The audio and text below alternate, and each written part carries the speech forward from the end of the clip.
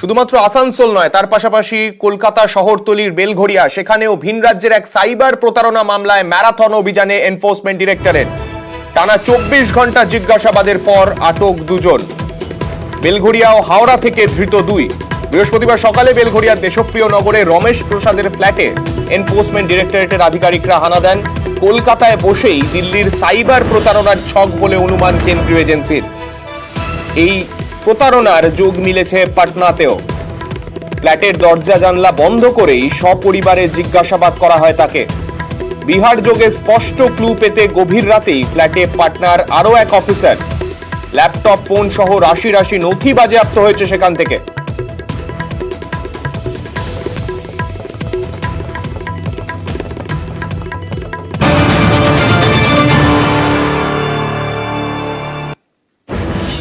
ভবানী ভবনে পর্যালোচনা বৈঠকের কথা এর আগেও হচ্ছিল, সেই পর্যালোচনা বৈঠক হলো, তবে ডিজি ছাড়াই হলো সেই পর্যালোচনা বৈঠক।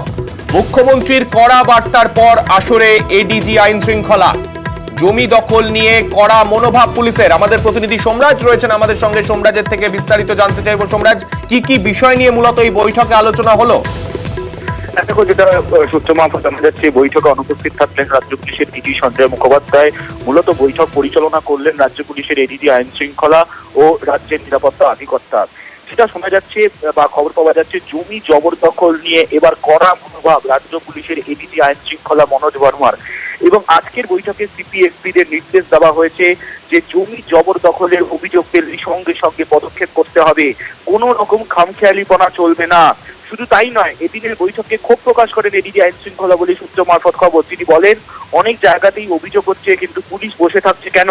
স্থানীয়দের সহযোগিতা নিয়ে পুলিশকে কাজ করতে হবে জবরদখল আটকাতে।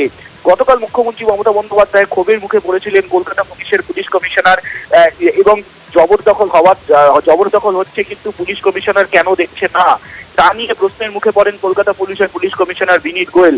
এবং তারপর আজকে এডিজি আইন শৃঙ্খলা মনোজ ভার্মার কড়া বার্তা বিভিন্ন জেলার এসপি ও সিপিদের।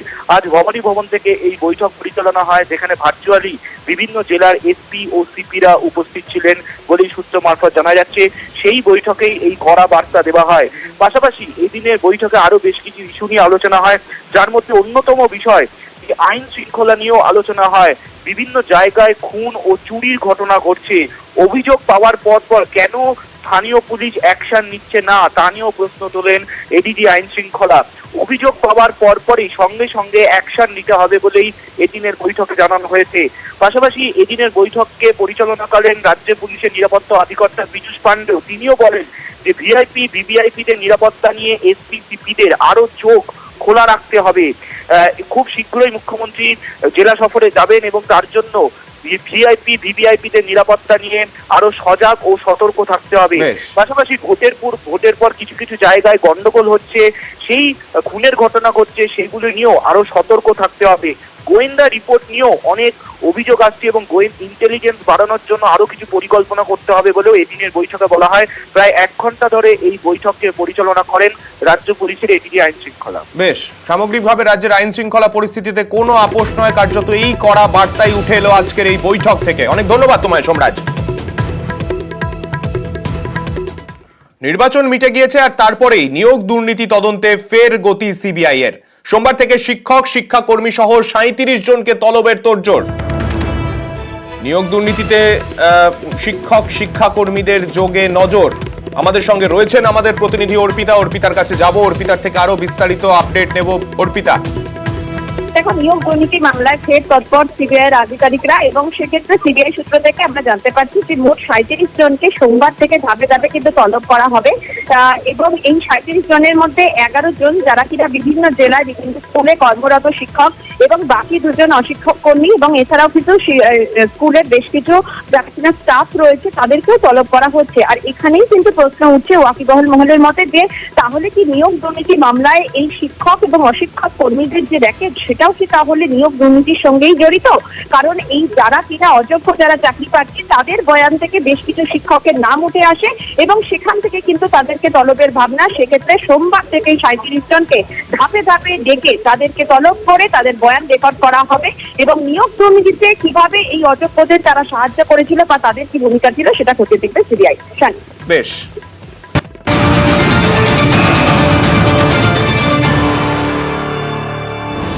আর সিবিআই তদন্তের আরো একটি আপডেটের দিকে নজর রাখবো। ভয়েস স্যাম্পল নিতে তাপস সাহাকে তলব, নিয়োগ দুর্নীতি মামলায় তলব তৃণমূল বিধায়ককে।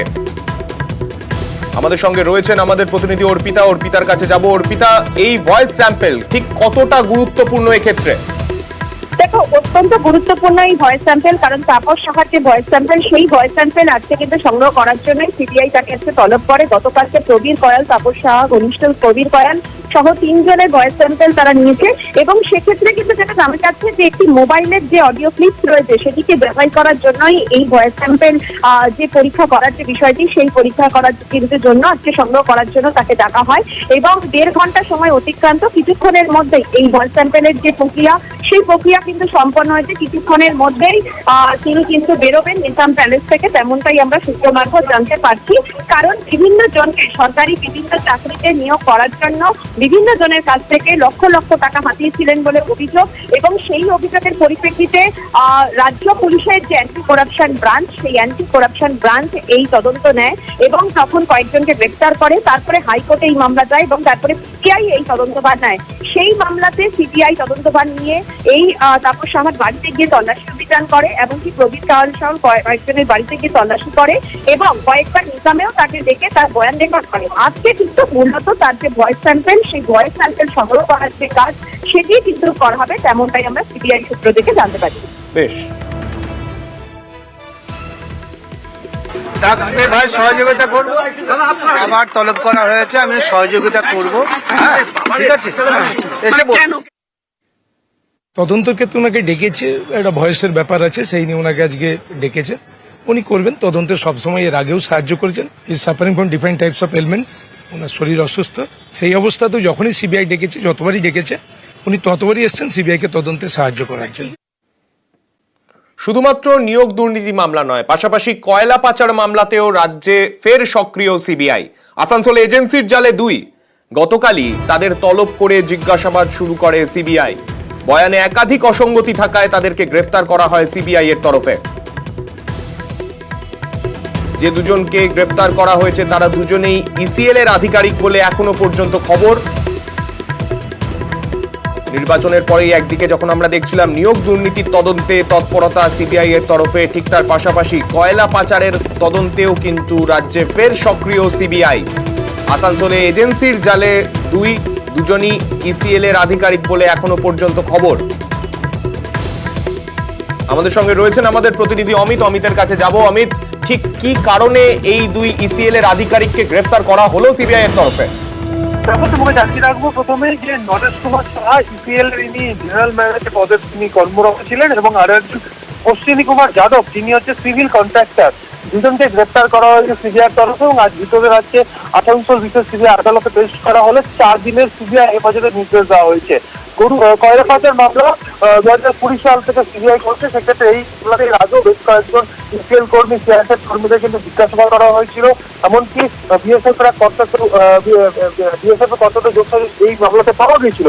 সেক্ষেত্রে বিভিন্ন সময় বিভিন্ন ব্যক্তিকে দেখে জিজ্ঞাসাবাদ করা হয় এবং গতকাল এই দুজনকে দেখে জিজ্ঞাসাবাদ করা হয়েছে। তাদের বয়ানে একাধিক জায়গায় অসঙ্গতি পাওয়া গেছে, কারণ ইপিএল এর কর্তা হিসেবে বা জিএম হিসেবে নরেশ কুমার সাহার মাধ্যমে অনুপ মাঝি এবং তার অনুগামীরা বিভিন্ন সময় কয়লা পাচারে প্রোটেকশন অর্থাৎ একজন ইপিএল এর কর্তার সাহায্য তারা পেয়েছিলেন, এমনটা কিন্তু অভিযোগ শুনতে এসেছে।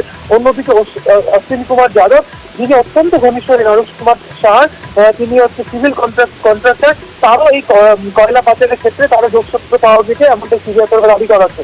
সেক্ষেত্রে ভিতরে জিজ্ঞাসাবাদ করা হয় এবং বয়ানে অসঙ্গতি পাওয়ার পরই গ্রেপ্তার করা হয়েছে। আজকে আদালতে পেশ করে 4 দিনের সিবিআই হেফাজতের নির্দেশ দিয়েছে আদালত। বেশ, কেন্দ্রীয় এজেন্সি হিসেবে শুধুমাত্র সিবিআই নয়, তার পাশাপাশি রাজ্যে আজকে লক্ষ্য করা গেল ইডির তৎপরতাও।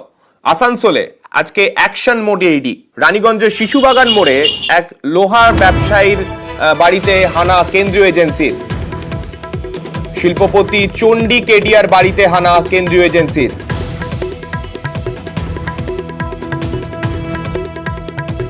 চারটি গাড়ি করে কেন্দ্রীয় বাহিনী নিয়ে হানা দেয় এনফোর্সমেন্ট ডিরেক্টরেটের আধিকারিকরা। বাংলার পাশাপাশি উত্তরপ্রদেশেও লোহার ফ্যাক্টরি রয়েছে এই শিল্পপতির। কেন্দ্রীয় বাহিনীর ঘেরাটোপেই চলছে খানা তল্লাশি।